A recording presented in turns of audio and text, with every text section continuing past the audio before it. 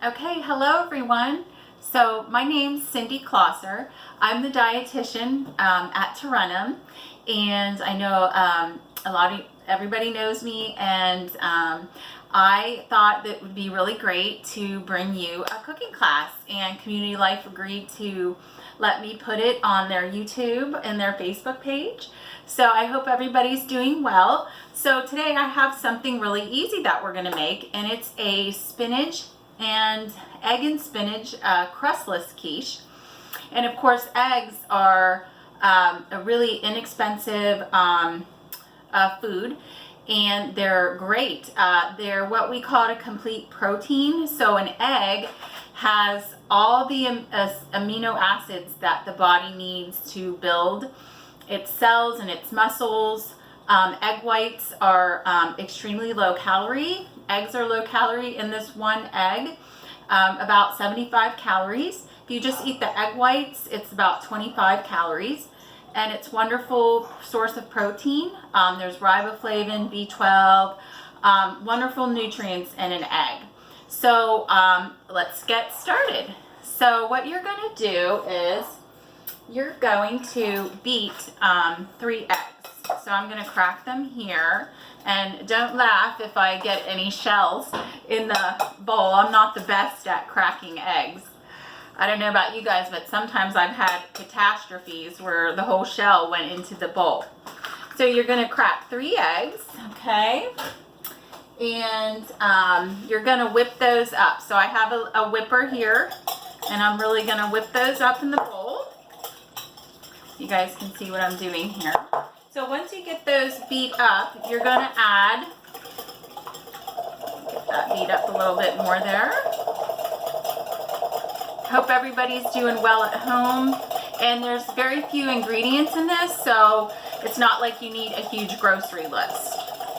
And it's crustless, so you don't get all those calories from like a pastry crust.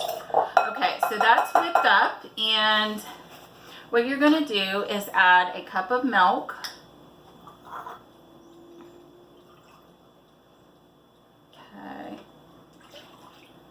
Okay, got the cup of milk in there. Let's whip that up a little bit.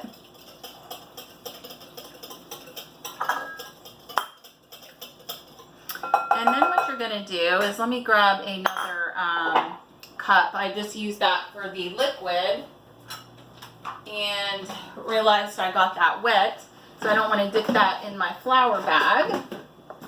So then you're going to take a cup of flour, okay, and put that in there. Ladies, don't you love these little pink silicone measuring cups? It's totally adorable, a little flour. So you're going to take that, a teaspoon of powdered baking powder. So let's get my teaspoon here.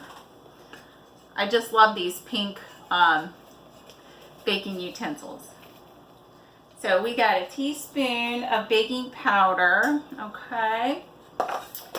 And then you're going to use a little bit of salt. I think it's a teaspoon as well. So a little bit of salt, not too much. We don't want too much salt, right? Don't want our blood pressures going through the roof. I typically don't cook with a lot of salt, and I definitely don't add it at the table. Definitely don't need it at the table. There's enough salt found naturally in our foods that we don't need all that salt. So I'm really whipping this around. And then once I get this all blended, I think I'm going to use my wire whisk here. Get that really blended so it's not so thick. Okay. Okay. Oh, great. Now it's coming out. Getting that flour all mixed around. It's coming out to a nice consistency, if you can see that. Okay, so once you have all that in, now we're going to beat in the spinach, which I had thawing. So I had just used some frozen spinach, and we're going to add that to this. So I had the frozen spinach thawing. It still feels a little bit frozen, but there we go. So we're going to beat that in. And then once you get the spinach all mixed in, then we're gonna add some cheese. And I actually got a 2 cheese. It's I believe it's mozzarella, part skin mozzarella, and mild cheddar. But you could use whatever shredded cheese you like if you just want it all mozzarella, all cheddar. Oh, so this is looking fabulous. So if you can see, the spinach is all mixed up. Now we're gonna add, it calls for 4 cups of cheese, and I'm probably gonna use, this is an 8-ounce package. So let me see if I can get this all in here.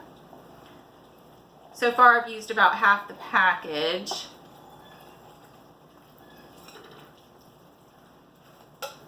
See how that's looking. I think we could use just a little bit more cheese.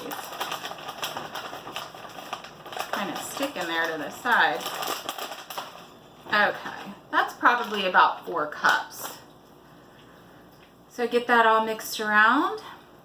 And what I did prior was I put on my oven at 350 degrees and to let that preheat. So you're going to bake this at 350, and it calls for a 9 by 13 inch pan. Now what I had done prior as well is I took a glass pan and I melted 2 tablespoons of butter, just melted it at the bottom of the pan. And so it's got a coating at the bottom, and make sure the butter coats the whole pan. So I melted it and it's coating that pan. So once you do that, melt the 2 tablespoons of butter in the glass baking dish. Now all you're going to do is pour this quiche right in there, right in your pan. And like I said, they called for a 9 by 13 glass pan.